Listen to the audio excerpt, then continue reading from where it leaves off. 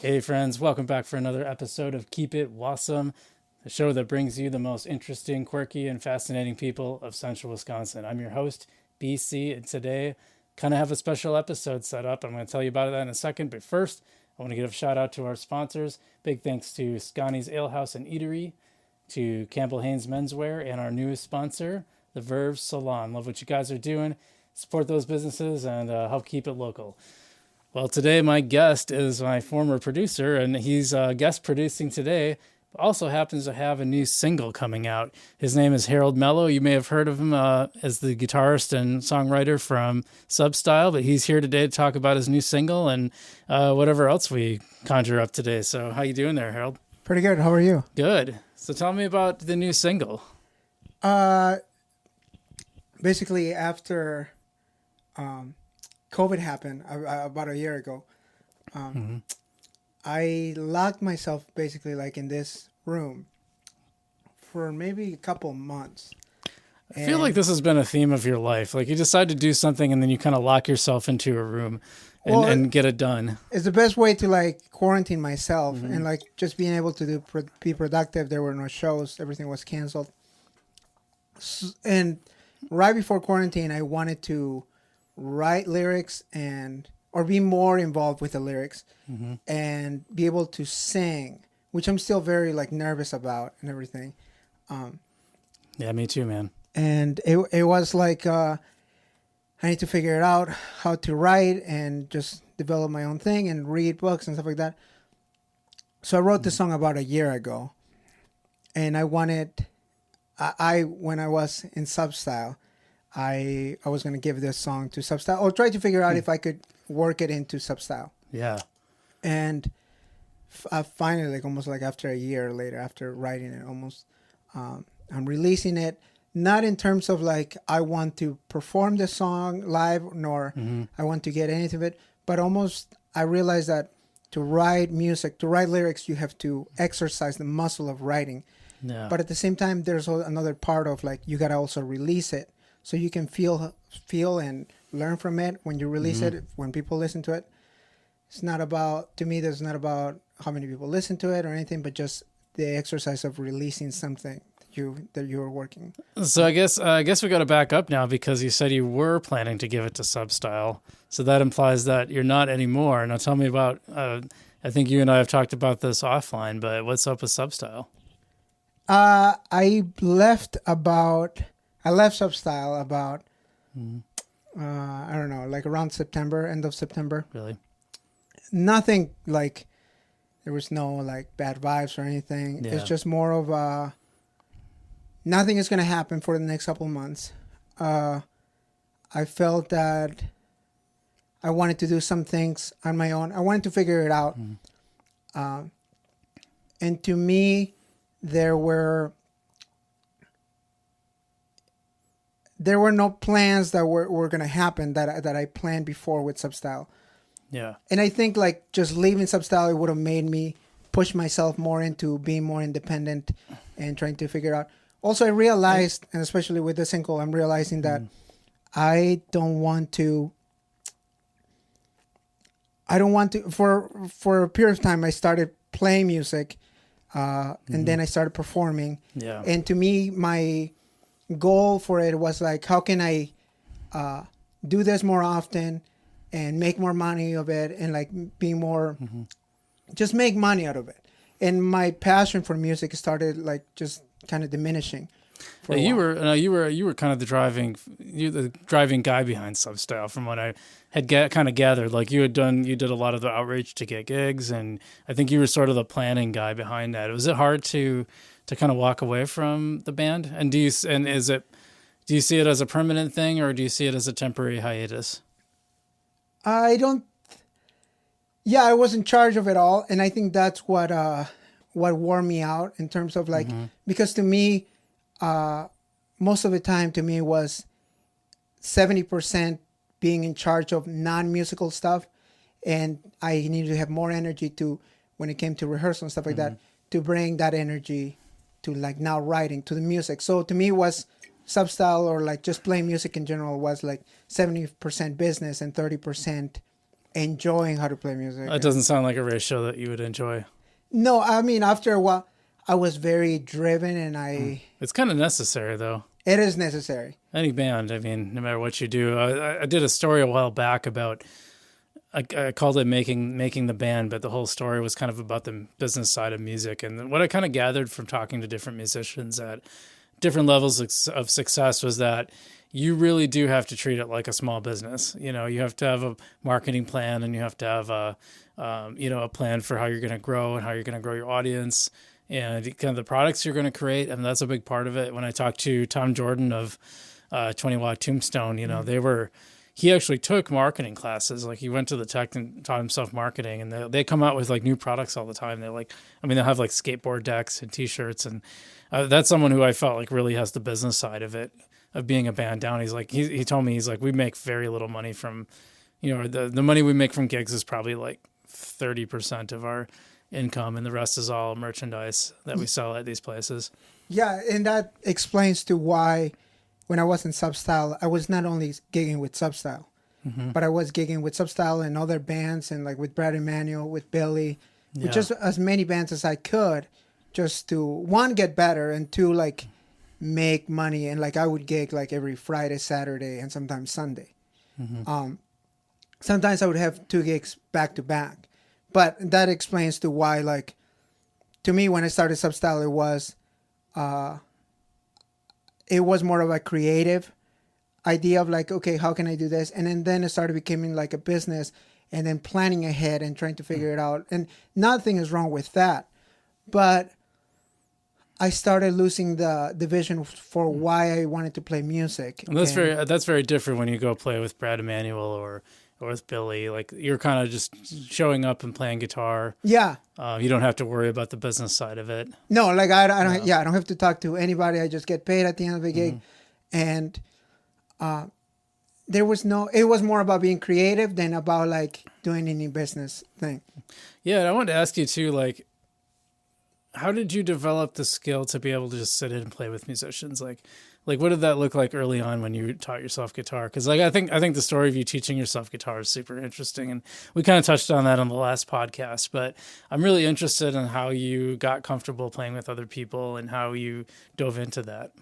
I would at the beginning I would practice with radio stations. Like, when you go on iTunes, you can just type a song, and then the following songs are like just random that like iTunes thinks that like you might like this, you might like that.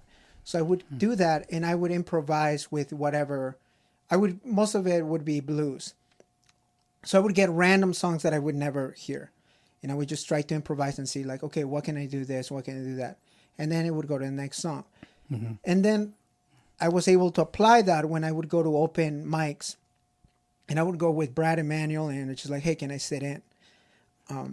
Right after that, I started playing with other bands and just sitting in, and I would never hear the songs, but I would be like, they would tell me the key, and I would try to figure out, okay, what can I play? Then slowly I started learning that like play less and just play the right thing. And sometimes I overdo it, but that's really sort of the instinct, right? It's like, yeah, exactly. You just want to fill all the space, and you realize it's better to. That was my biggest hang up with slide guitar, is like feeling like you need to do too much. And you can kind of get away with it. You probably shouldn't, but you can get away with it just playing regular solos.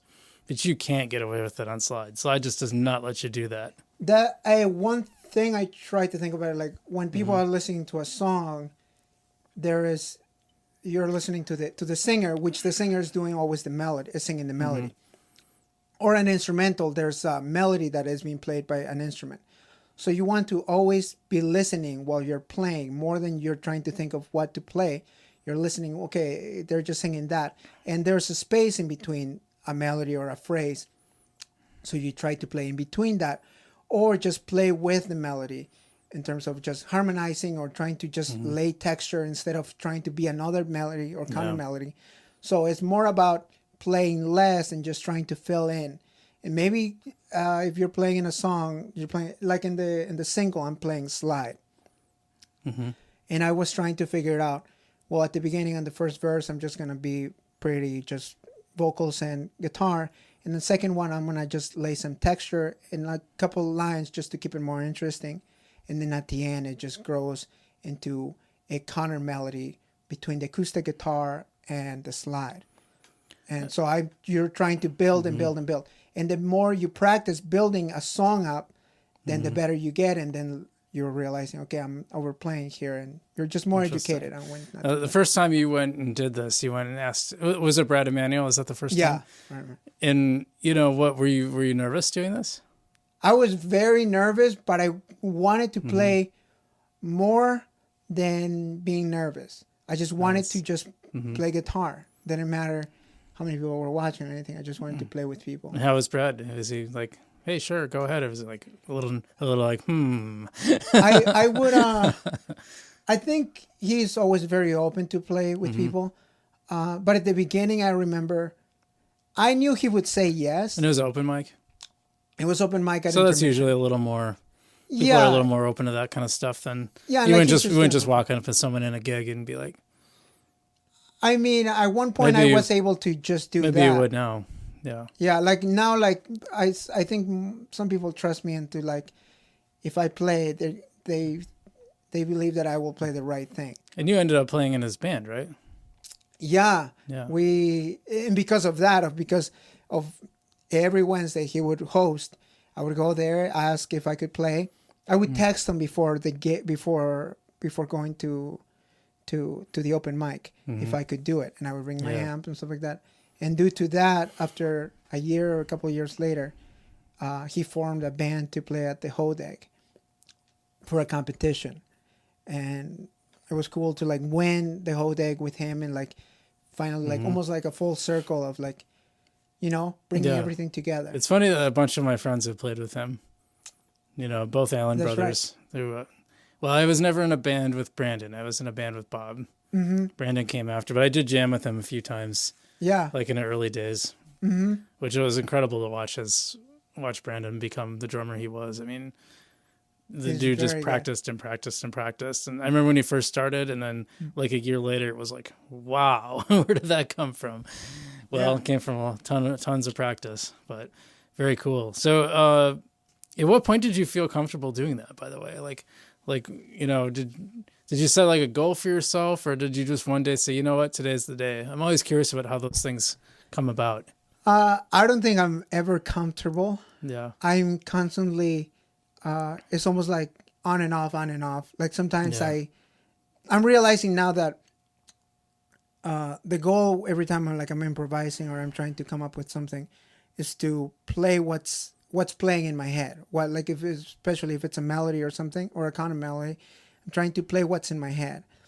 And sometimes I get it, and sometimes you can see it when I don't get it. I make like a weird face of like, dang it. But when I get it, then there's a satisfaction in it. The other thing that helped me improve. Yeah, you either make a face or you say, "Oh, frick." That's kind of the that's the Harold Mellowism that it's cracks me up. It's getting I think I'm getting better at, because I'm learning to play less. I tend to achieve more notes per song every time. Like if I'm like hearing something, okay, I'm gonna play that, or I'm playing that. But the other thing that helps is I've been recording myself always, or trying to like do voice memos when I'm in a jam or something. And then in my car, I'm listening to like, oh, why don't I play that? And sometimes in the spot, I play something and I think, well, that's bad, right in the moment. Because I cannot really play and judge it at the same time. It's very hard. But when I'm listening in my car, I'm like, oh, that's actually pretty good. Even though at the time, right in the moment, I thought it was pretty bad. So then you start learning, and then you're like, okay, I'm going to grab that and store it. And like for later, I'm going to try to do that same melody and stuff like that. I'm working with this guy, John Pearson. Oh, yeah. I heard that song. We're doing a full album. And we're having rehearsals like almost every 2 weeks. And we're recording on the phone. We put my phone in the middle, and we just record the entire run through of the songs. And then you start, one thing that is helping me trying to learn how to produce is like I play something, or like maybe Eric plays something, and then we listen back, and figure out, okay, that works, that doesn't work. Because again, it's very hard to play and judge yourself whether that was a good lick or that was a good outro for a verse or whatever at the moment. So later when you're listening, when you separate yourself away from like performing to now to be a listener, like would I listen to this song again, or does that make sense, or does that seem like I'm trying to show off instead of serving the song? So that's one thing we're learning, and like next week we're gonna go to Minneapolis to record the basic tracks. So then we can later come here and start producing it and like layering things. Yeah, that's something we should talk about too, because even in the Substyle days, as I recalled, it was always a mix of a studio in Minneapolis and you doing it yourself too, and you've got a pretty good setup. And you know, for those that don't know, Harold is here, is producing this podcast today. We're using his equipment. I haven't done that in a while, but yeah. So tell me about that process of why you make that choice. I think, in particular, when you want, for us, there was their understanding of like you would always wanted to track the drums and the bass together most of the time, just so they would play, especially in Substyle. Jordan and Lucas would play really well together, and they would be really tight when they would play together and track together. So we would always do that. And then for vocals or for guitars or for like layering, you kind of want to, instead of just playing or improvising, you kind of want to build it. For us was always like the mentality of like, let's try to fill in the spots that we want to and leave room for like just for things to breathe. So it was better for us to come here to track the drums and the bass, and then later come in and like layer things, like maybe the keys first, and then the guitar. The guitar could do this or could do that, be more rhythmic or be more melodic. And then the vocals for Kaylee to have the opportunity of like doing different just takes, and then trying to see and go back to the car and listen, go for a drive and listen. Okay, that works, that doesn't work. And then find like, not imperfections, but things that we didn't want to in the song and things that we did like that was improvised. For John's album is a bit different. I learned I made some mistakes with the first EP. I wouldn't call them mistakes, but things that I didn't envision. And now, I want to point out too, I've been, it comes up on my 2020 playlist quite a bit. So thank you. So every so often a Substyle song pops up and I'm like, oh yeah. It was a fun memory. Yeah, I know. It kind of takes me back to, I mean, I'm sure the memories are good for you too and different than mine, but like it brings me back to that era when, you know, we were talking about doing the podcast together. And we were just becoming friends, and I remember seeing you guys at that February show, and I was just thinking the other day, like my memories popped up on Facebook, and I'm like, oh man, that's the last time. That was a year ago. I know I had no idea that'd be the last time I'd be able to see you guys live. Yeah, or like just in general. Yeah. Just trying to play together, but I think for John's album, we wanted to have better, like there's a good setup here in terms of like being able to record and track and layer things, but going to a real studio and going to a professional engineer there's another level to it. And we want to make, my philosophy was always like, if you can only post or share or put something out, a song out just once, because once the person someone hears it, then the next time they hear it's like, well, it's not like the first time, or it's not like the first version of it. So you want to make sure that it's right away as good as possible. Yeah, you're kind of along those lines, and something that Rick Beato said in one of his YouTube videos. So Rick Beato is as a music YouTuber, has a really great stuff on there. I've learned a ton from him. I think I probably learned about him from you. Possibly, yeah. Or I find him and we had talked about him. I'm not sure, but he had talked about a phenomenon he noticed with bands where they'd record and they'd be used to recording in small studios, and then they would go to a big studio and they wouldn't like the big studio sound because they were so used to hearing the one from the small studio. So I remember him telling about this one singer who would sing they ended up getting a contract at like Sony or something, and they were singing into this like $30,000 mic, and the singer was like, "Oh, I don't like it. It doesn't sound right." And I mean, it's like the best equipment, some of the best equipment you can get, some of the best rooms you can get. Mm-hmm. And is that like a thing that have you ever been concerned about that? Is that sort of the idea? Is like if you recorded it here and then later recorded it in a much bigger studio, like it wouldn't have the sound, you maybe would get too married to the sound that you recorded on your own? We went through a little bit of that with John's there's one song, like the first song that's going to be on the album. We tracked it about a year ago. We live tracked it. I mic'd everything, and then I mixed it a little bit here, and that's one version of it. Then we have a second version where we track drums and bass here, and recently I have layered everything, like the slide and lap steel and extra acoustic and a little bit of piano. And that's a different version because I produced it differently. Like I built the bridge differently and everything. But I think we're learning the sound that we want to do and the type of the musical reference that we want to do, that it's gonna be almost like a Western kind of sounding. Just like more folk oriented, and there's a couple of songs that sound more bluesy in terms of more rock. But we're learning that. I don't think we're married to any particular sound. We just wanted to make some of the songs we wanted to sound big, especially the drums and the bass. The other thing that helps us is that I have worked with Kevin before, and like Eric is playing drums for it, and Darren's playing bass. So all of us, except for John, have worked with this Kevin Israel from River Rock. Gotcha. So Kevin has mixed my single. He has mixed Substyle's EP. He has also worked with Billy Bronsted, and I have recorded with Billy and the whole band there.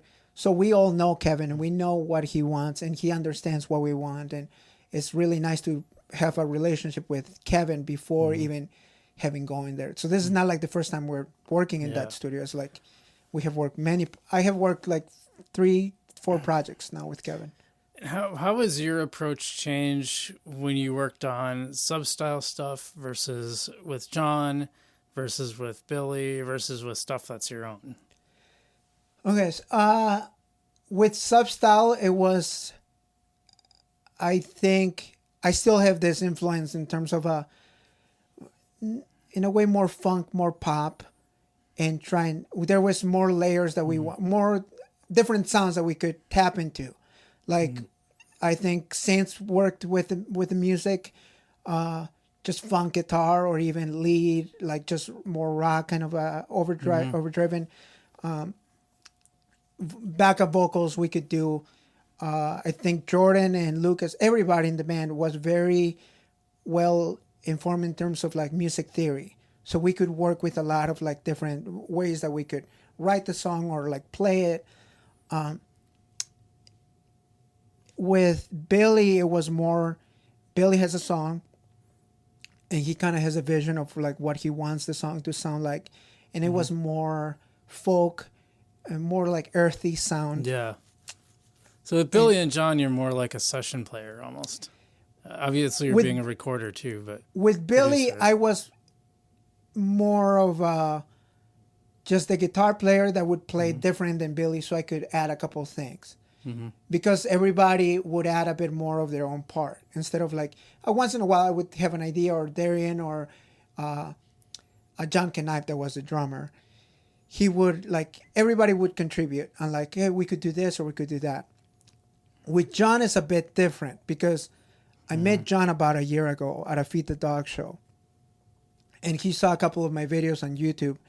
And he liked the stuff that I was doing with Substyle and I was doing with this other guy named Alice.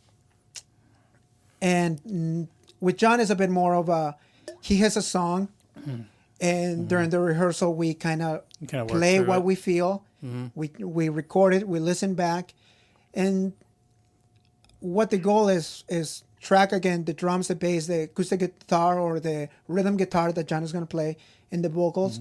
and then we're gonna come back here and then layer that. So I'm a session player, but I'm also like a producer, because I'm gonna layer like I could play this A minor a bit differently, which it will give a different on top of his rhythm guitar. I could layer other notes that will make the A minor sound much different. So, yeah, I love the song I heard that you guys released from his. I thought it was really good. oh, thank you. Yeah. That's see, for example, that's me producing it. All he tracked was vocals and acoustic guitar. And then my goal was like, okay, how can I build this song, or what notes can I play?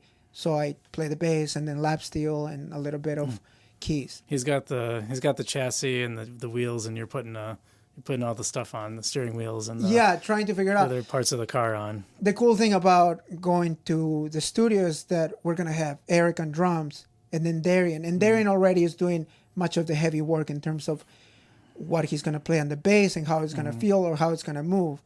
So basically, I'm gonna be the last layer of like, how is it gonna feel? Am I gonna layer some slide, almost like as a counter melody, or like just even harmonizing with this thing, or am I gonna help outro from verse to chorus? And it's just more of like the prettiness at the end. Yeah. While they're doing almost. Well, like I told the band The Heartless this too, and I'll tell you too. I am available for kazoo session work. So there you go. You need a kazoo man. We could record you kazoo. I come in and lay down some tracks. I'll tell you we'll what. probably put it down in the mix, but we can still fit you in.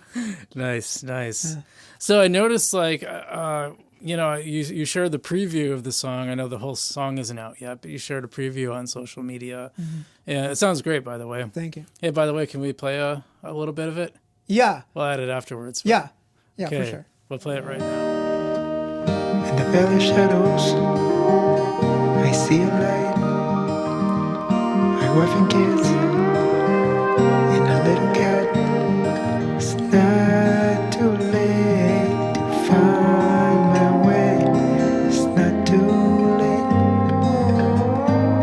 to find my own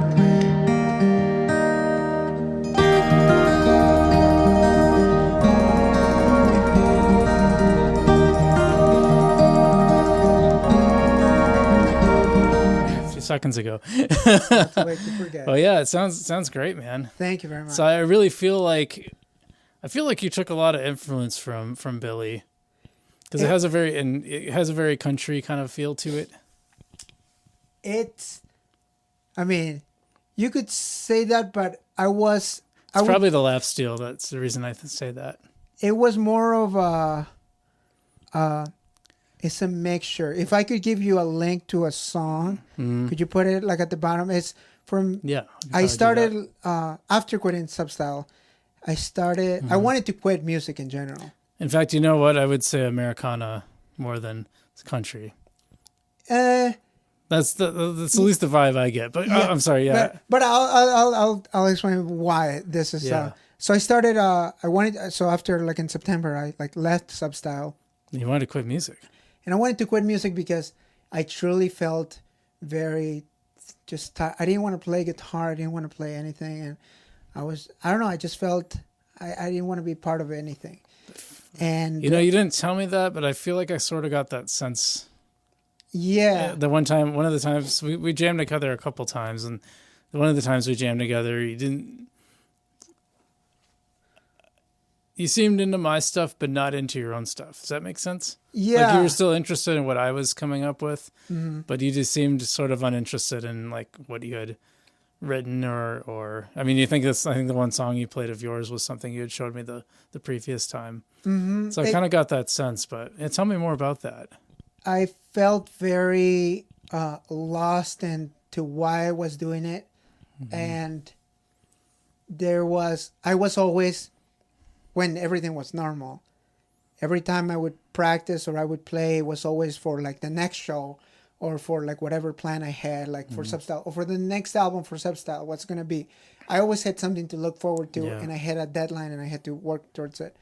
But once that was over, I felt like everything is gone. Like, why am I doing this if nothing is going to pay? To me, because again, I started seeing music as like a business and like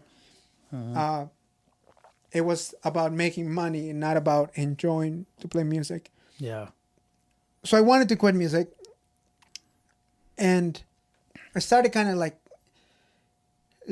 like going in the past, or especially going back into like my memories of what Peru was, and like the music influences that I had from Peru, and like all the my family used to be in the music industry, and this still is. And a lot of that music is, if I could give you a link again, is this South American folk music. Interesting. And it's very earthy, like again, sound.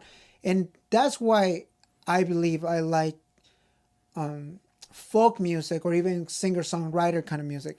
Because it's not about the flashiness or like the licks that it would be like in Substyle. But it was more about being honest and just saying how you feel and using very organic, in a way, sounds like acoustic guitar or slide. Very lyrical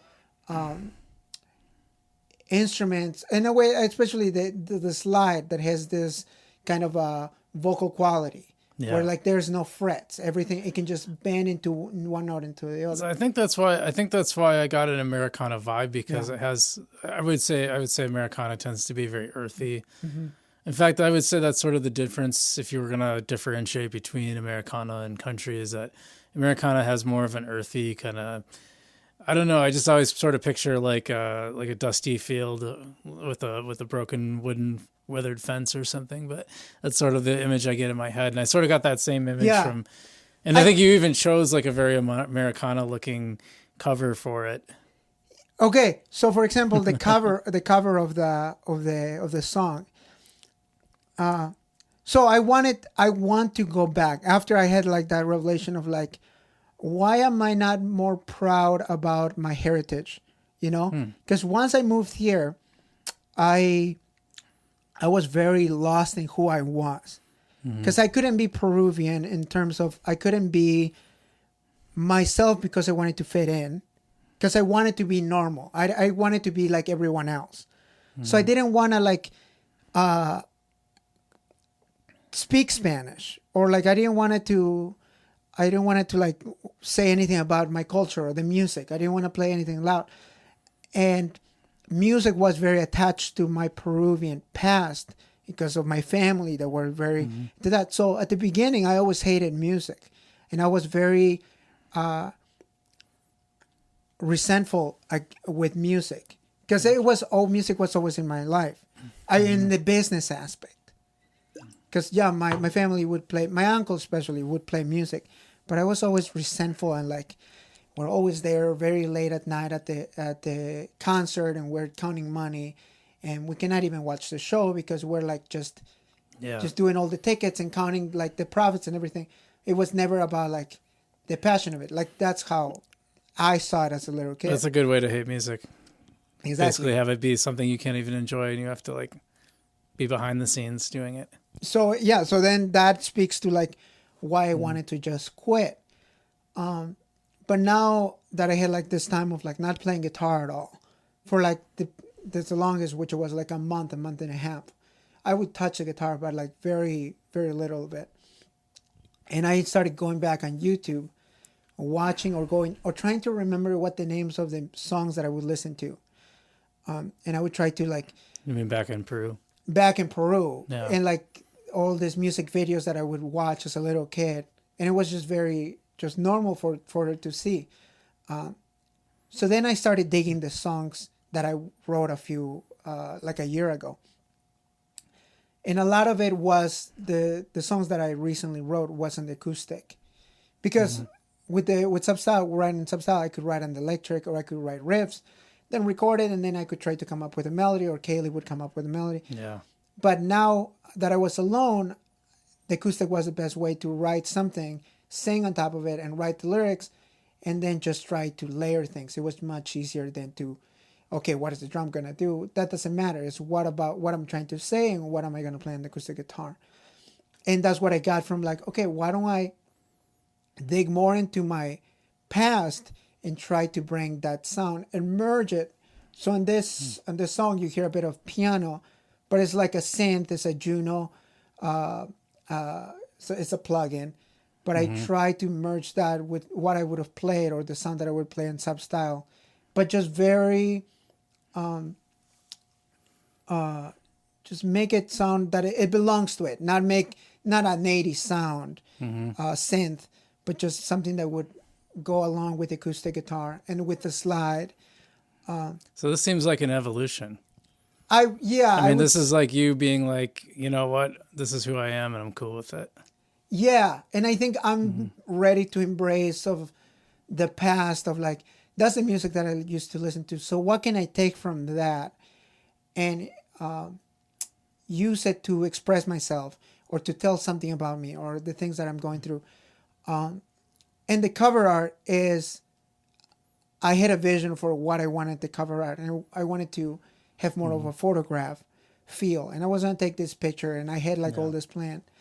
But as of recent, I've been hanging out more with my family and trying to spend more time and realizing how important family is. A lot of your family here? Just my mom. Just your mom, okay. My mom and my brothers are from here. Gotcha. So my mom and I were going through pictures, old pictures from the 80s. My uncle used to be a photographer, an aerial photographer. Nice. And he took some film photographs from, he used to live in a small town. And in the 80s, he went back and took some pictures of my grandma, my mom, everything. And that photograph is actually my great-grandma, my grandma, and my aunt. Oh, wow. So it brings back to, and the song to me, actually, I'm not going to say what the song is about. Just, but whatever you want to take from it, it's if things that I've been longing for. And I always been like a solo guy. But the older I get, the more the more I value life and the more I value being with family and the time that I have. So it was nice to bring it all back. I want to make sure that not just the music nor the lyrics is what I'm trying to express, but also the video aspect and for the cover to express what I'm trying to say with the lyrics, and everything to be just a marriage of it all. So you're going to release this song in March, I believe March 4th, was it? Yeah. Yeah. And then what's next now? Is this the prelude to like an EP or an album? Not an EP. I don't think.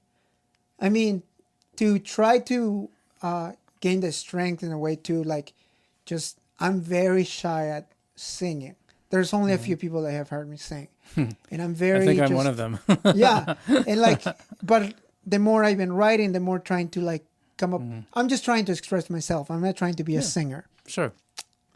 Nothing wrong with that. So why not just sing the stuff that I write instead of trying to let someone sing that it could be better than me. I need to have the whole picture together. I don't think there's a better or worse though. I mean, I guess there is, but like, you know, if it's your song and you're singing it from your heart, I think that's what matters. You know, I've talked to a lot of singers lately, and every single one of them has like hated their voice, usually until like a couple of years before I interviewed them, and I was just blown away. Even when I interviewed Zola Jesus, she told me, you know, she's like toured the world for years, playing music, and she's like, I think she told me, I asked her like, you know, when did you get comfortable with your voice? And she goes, oh, it was like a couple of years ago. Yeah. That just blew me away because she has like, I mean, she's like opera trained. So she has like a super powerful voice. I've never heard a voice like hers ever before. And it just blew me away that someone who's that good at singing would have, and that's kind of given me like, that's made me less self-conscious because I'm like, okay, everyone hates their voice. Yeah. Like, I mean, everyone. And even like, God, was it Michael Stipe said in an interview he hated his voice for a long time. Yeah. You know, even like some of these really famous ones I'll watch like Song Exploder, like they've had those Netflix shows now, which is really awesome. But yeah, you know, or what's the other one? Broken Record with Rick Rubin. That's a great podcast. And Jeff Tweedy, he's one that like from Wilco. Wilco, yeah. He just really recently became comfortable with his voice. Yeah. And that just blows me away. Like, and these are people that have like albums, you know, they're winning Grammys. Yeah. And so I mean, that just tells me it's like, just go do it, man. Just go do it. Exactly. So like now I'm like ready to. I'm not gonna release an EP or anything. It's a lot of work, especially if you with Substyle. It was a lot of work, and I Yeah. had other people. But especially just trying to. I know what I wanted to sound. I know how everything.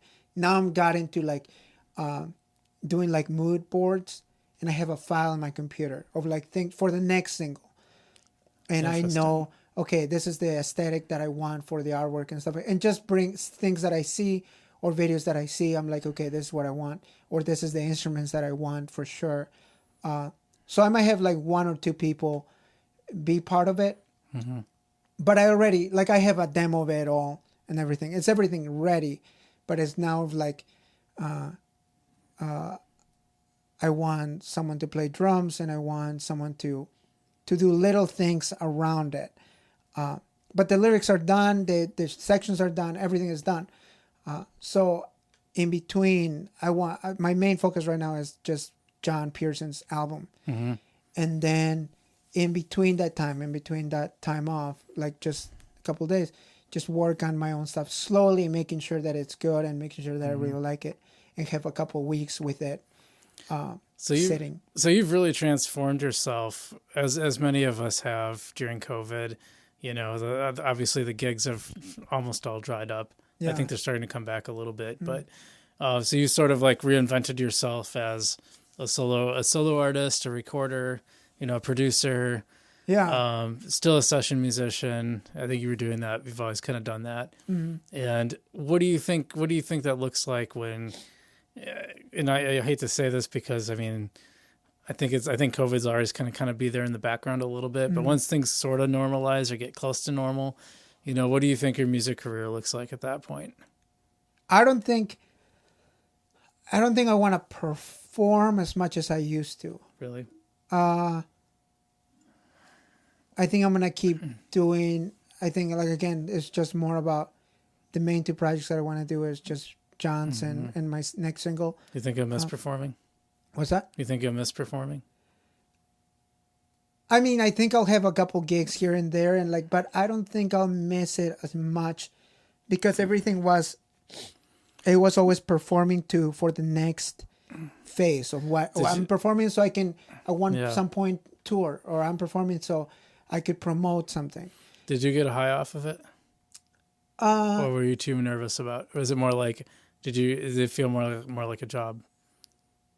It has been so long since like I have performed like or put in a show. Like I might play with a couple people, but it's not like when I would play with Substyle. Like, okay, we're gonna make sure that we go from song to song and there's no dead air or there's no space in between. We would plan things.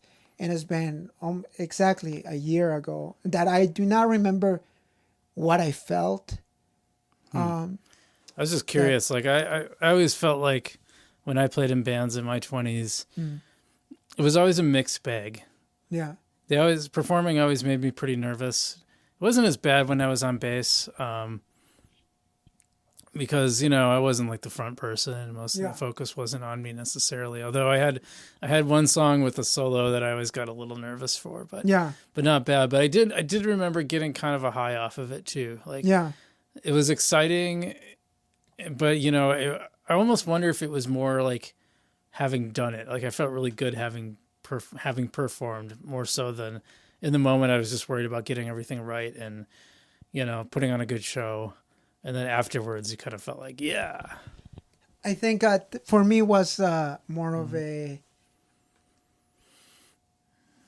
way to like promote, and more than even a feeling of like wanting to just perform to perform. I like performing. I like playing, especially if it's music that I'm proud of. Like with Brad, I play and it's fun and we're having fun on stage. And Brad is really good at like. Being able to entertain the crowd and everything. So to me, I'm just like having fun and playing what I could play and everything. With Substyle was more of like, hey, I wrote a section here. I wrote this song. So I'm very proud of it. And I want to see what the reaction is, how people receive it. Because it started all in this room and like how it comes out there. And that's what it was fun. That's what I enjoyed more than, hey, I'm gonna play this cool solo. It was I- more of like showing a song Yeah. and being like, oh, people do like it, and that would give me confidence to write more I stuff. was impressed in how packed you guys got Whitewater that night. The last Yeah. show, the last show I saw you guys play. I mean, you guys really you had it packed to the gills. Like that was impressive. You guys probably could have been in the main room, really. That was yeah, man. That was a fun night. I mean, I remember when I was in bands, it would be such a mix. Like one night you go out and there'd be like 20 people, then you'd go do another one and there's like, it's packed full. Like the Battle of the Bands ones were always fun at Coral Lanes. Do they do that anymore? That was great. Clue. We did, that was when I was with Bob Allen, and we took second place, which I was mad about because we lost to like some cover band. I was like some 80s cover band. I'm like, come on. Yeah. We're writing original music. That should count for more. But that was one of the most fun shows, and those were always packed. We did it a couple 3 times. I don't remember how many times exactly, but those were always packed. Like they always had tons of people. Yeah. Super fun. Those were good times. And I remember too, that was so funny because I did something stupid. I don't remember if I plugged into the guitar amp instead of the bass amp or something. Because it wasn't my stuff. We had to use their stuff. And I remember like people making comments like, does this guy know what he's doing or something like that? And it's kind of embarrassing. But then I got to my solo and everyone's like, oh, dang. Yeah, there you go. It paid off. Yeah. So I recovered from my embarrassment. But yeah, I don't know. It's a weird thing. Like probably my the hardest one for me was twice I had to do solos on viola, just in front of an auditorium. You just by yourself on stage, and you have to memorize the piece. Those were fucking nerve-wracking. Yeah. Like I would never want to do that ever again. I even heard, I don't know if it wasn't Itzhak Perlman. It was a famous violinist who said he just hated going and playing on stage. Just hated it. And I think it was just the debilitating nerves of being essentially alone on stage. Really? Yeah. Wow. I just find that stuff really interesting. That's crazy. I think we always look at these people performing and they seem like they do so well, and we think, well, it must just not, they must just love it and there's nothing going on behind it. But I think when you start interviewing people and you start hearing more of interviews from them, from other people, you realize like everyone kind of suffers from this stuff to some degree or another. Like it was really eye-opening for me to realize how many singers lacked confidence in their own voice.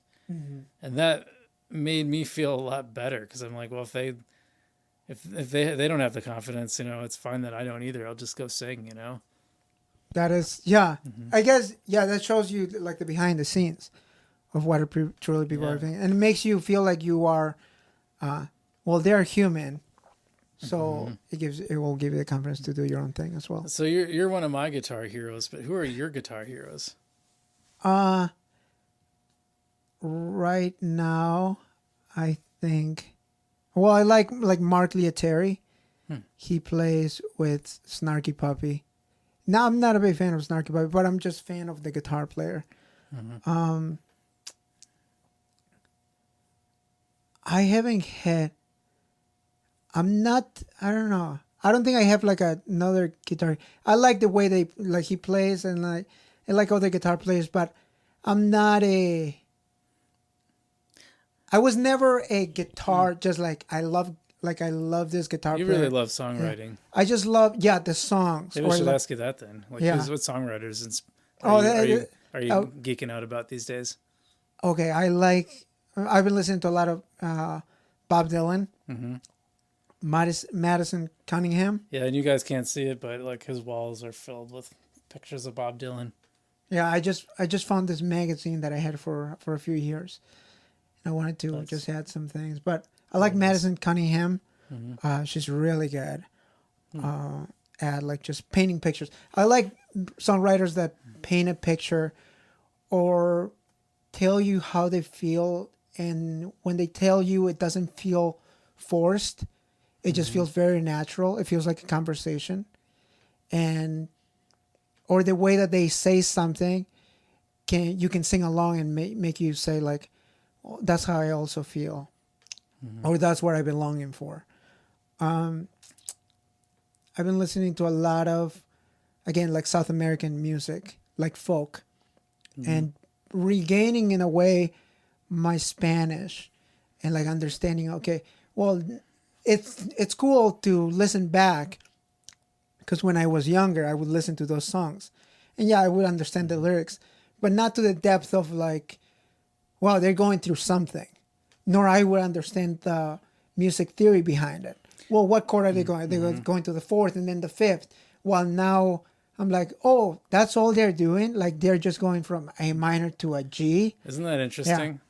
Yeah. I've had that experience recently too, since, you know, I've really dove back into music during the COVID period.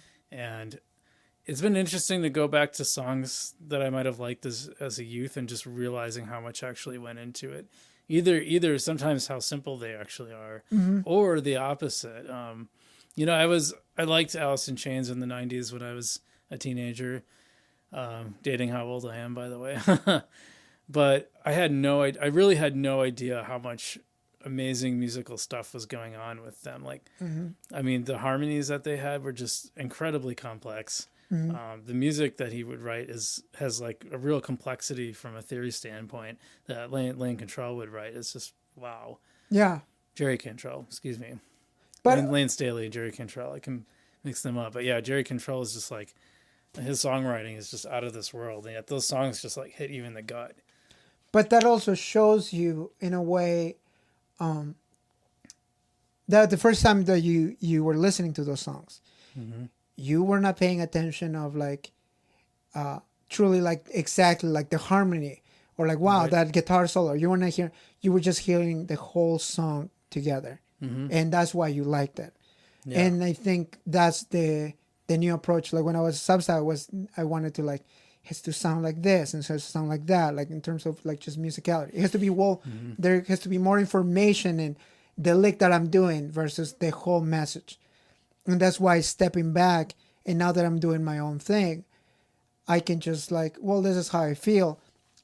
And again, I'm not an expert. I'm still like learning and trying to write and trying to figure it out. Is this what I want to say, or is this what I'm doing? I think expertise is always relative, right? Like, yeah. I mean, you're definitely an expert compared to me. Yeah, and you have people you'll look up to, and those people probably have people they look up to. Yeah, you know, and like I was just thinking, like my nephew, like I played something on the guitar, and he was kind of blown away. Yeah, and I was like, so to him, I'm the expert. Yeah, you know, and it's just builds on each thing, you know. So I think it's really relative in that aspect. I think the reason why is because when you're writing or you're playing the guitar, you know what you're doing to get to that point. You know the mechanics of it. Yeah. Well, when you show it to somebody, they don't know that the mechanics, or they don't know how long you've been working on that. So to them, it's like an instant thing. Like, hey, here's what it is. And that's why it's cool about it. But because I know, okay, what I wrote or what I was doing or what I was intending to say, to me, it's like seems sometimes phony in a way. Or like I'm just playing a G chord. I'm just doing it up here, or like I'm doing that. Well, to you, it might be like, I never experienced or never saw that coming. Yeah, I think you have to keep that in mind when you write songs, because I know it's pretty easy to get into the mindset of like, oh, this isn't complex enough, or, you know, this isn't impressive enough. But I dig what you're saying, man. It's like, if you have a good melody and a good song and it means something to you, it's probably going to mean something to somebody else. That's what I think. I think it's good to, you know, going back to my previous point, like I think that's why it's good to surround yourself with people who are better than you. So I love playing with you because I'm always going to learn something, you know. Maybe I once in a while spark some interest in you. I think you wrote a song off of one of my songs. That's right. The first time we played, so that's valuable too. But yeah, I think it's really important. I see you doing that. I see you like seeking out other musicians that you can learn from. And it's not always like levels or levels of expertise or something. Sometimes it's just like different, you know. You know, you play a song, you would get together with somebody, and I kind of went down this 90s rabbit hole, and I was just thinking about all the different types of musicians I was friends with back then in the 90s, like when we were active. And like how you would kind of take away things from them, even if it wasn't like your style of music, or they did things differently from you. You would always like grab something from them, I think. I think, yeah, and like to add to that, I think everybody has something to say, and that's why it's great to collaborate and to find other people. And I think the end of the goal for like any musician is being able to be more fluent and being able to express themselves. And I think that's why we all practice, and that's why we like practice how to write or how to play guitar, just because everybody already has something to say. They just need to get better at expressing it. Yeah, so I think part of that is taking away some of the clutter. So I like that. That's something you've been focusing on, is like, how can I use less notes to convey what I need to convey? I think artists do that too. I think like painters and stuff. Like I think the initial thing is like, how much stuff can I put in this, and then after a certain point, it's like, how much can I take away? Well, and that's back to your references to the song. You said that it was very Americano, very folk. Yeah. And I think the ethos of folk music is that. It's about telling something with just a C and a G and an F chord. So maybe that's the reason that why I prefer right now to express myself. Maybe a year from now, I'll be saying, I need to use all this synths and like, you know what I mean? Because maybe I'll be able to to say something different, or to be able to want to play something different, or just the sound I'm looking for.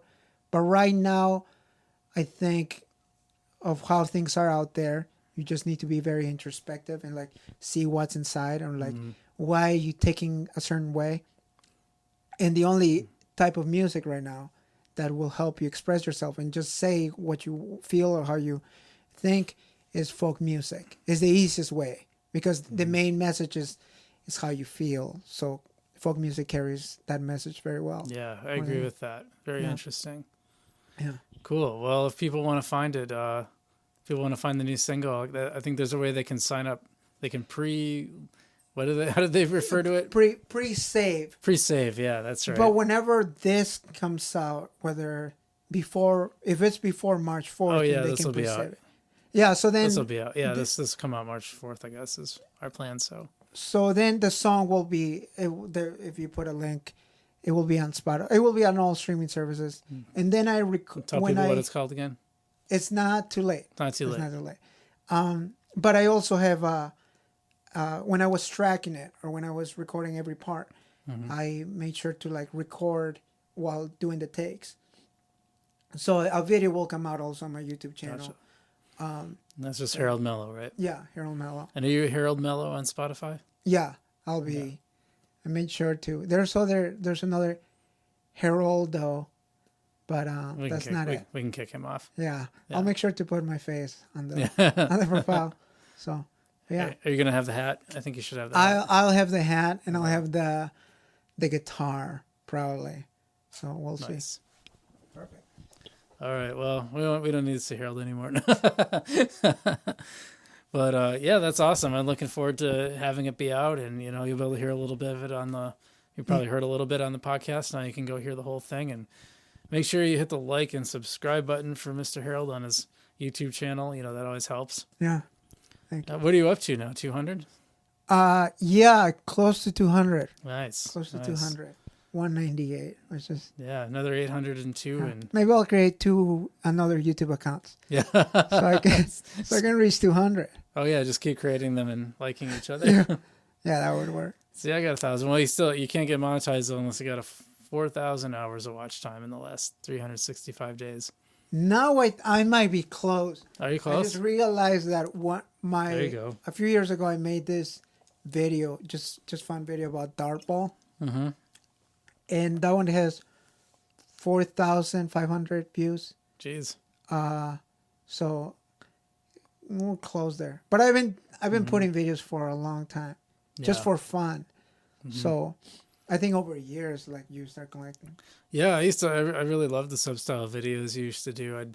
Yeah. And that was great. That was I probably listened to you more on YouTube than Spotify, because I could make a playlist of all of them. Yeah. And so I'd have like 10 songs, and that would, then I could put it on and like work and, listen to it for a while. Yeah. We'll see what happens to to that, because once I left, they can still go on. Yeah, so they got. So Did like, they have control of that now?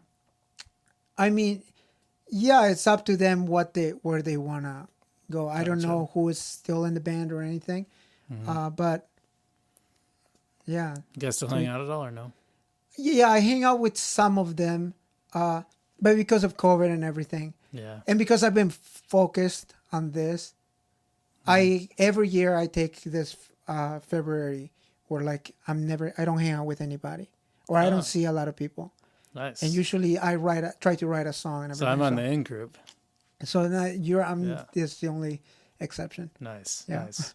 But Right on. yeah, Well, definitely check out his stuff, Harold Mello, on Spotify and YouTube. Anywhere else? hopefully Netflix, HBO.